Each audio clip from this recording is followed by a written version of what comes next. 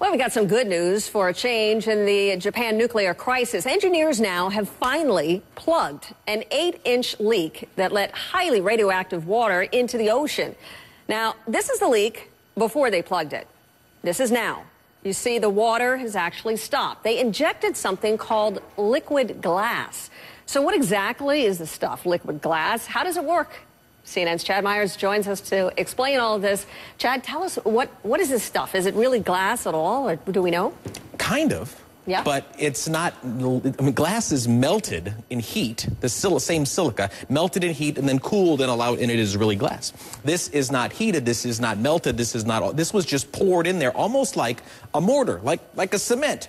Now they tried cement earlier, but it didn't work because it was too water soluble. It kind of just washed out with the radioactive water. But this is a synthetic silica-based polymer.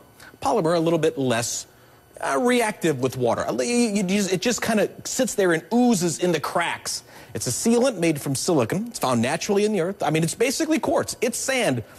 It's basically the entire Sahara Desert. You pick that stuff up, you grind it up, you can make silicon dioxide. And as you make it and you put it together, you put it in with lime, you put it in with some Portland, you put it in with some sand, and all of a sudden you have something that can block holes.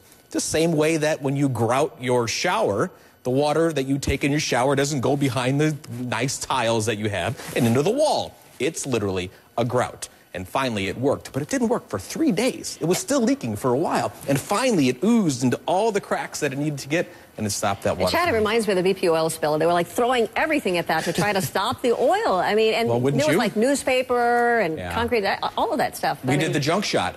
Remember when they threw those golf balls and everything else, and they're trying to just clog the hole? That's kind of the idea. They didn't throw rubber in this, but that was same idea.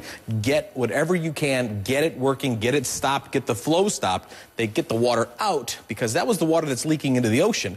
They get it out, and now they have to use all this other area for the very radioactive water. Okay, and where do they store that? How do they store that? Because we still don't know. I mean, is there any solution to that, the long-term problem? They have a platform that they're going to try to move. This was the last that I knew. And the platform was almost the size of a soccer field, football field. And it's just sitting there, and it's floating. It's a park right now in Japan. And they're going to surround it and make little pools and pods to put this water in it and to move it away from this area. Now, the good news is most of the radiation that's coming out of this water is iodine.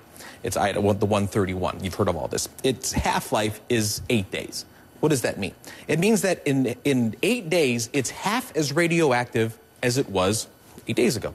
So it's like stepping half as close to the wall. Eventually, you're never going to touch the wall. It's still going to be radioactive, but by the time you get 10 times closer to the wall than you are now, there's almost no radioactivity left.